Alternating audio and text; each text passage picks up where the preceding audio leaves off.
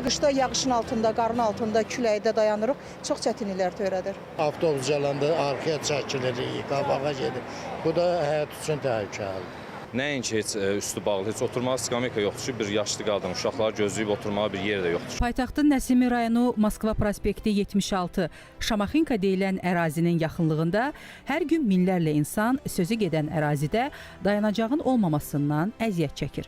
İstər yayın istisində, istərsə də qışın yağışlı və qarlı havasında dəqiqələrlə avtobus gözləyən vətəndaşların sözlərinə görə ərazidən hansı nəqliyyat vasitələrinin gəlib keçməsi ilə bağlı da heç bir məlumat lövhəsi mövcud deyil.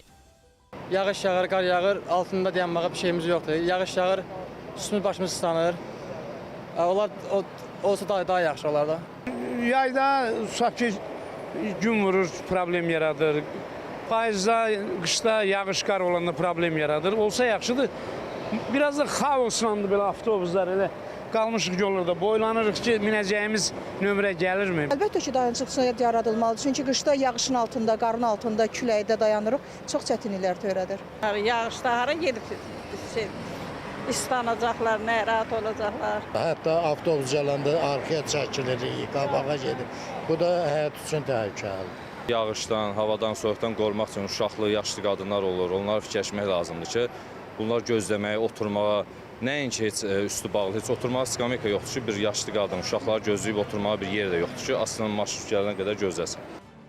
Məsələ ilə bağlı Yerüstü Nəqliyyat Agentliyinə sorğu ünvanladıq. Qurumdan sorğumuza cavab olaraq bildirildi ki, avtobus dayanacaq pavilyonları quraşdırılan zaman yol infrastrukturunun vəziyyəti mütləq qaydada nəzərə alınmalıdır. Sözgedən ünvana əməkdaşlarımız tərəfindən baxış keçirilib. Qeyd edilən ərazidə avtobus dayanacaq məntəqəsi mövcud olsa da, infrastruktur şəraitinin əlverişsiz olması səbəbindən dayanacaq pavilyonunun quraşdırılması mümkün olmayıb. Agentlik rəsmisinin sözlərinə görə adı çəkilən ərazidə dayanacaq pavilyonunun quraşdırılması aidiyyatı qurumlar tərəfindən müvafiq infrastruktur şəraiti yaradıldıqdan sonra mümkün olacaq.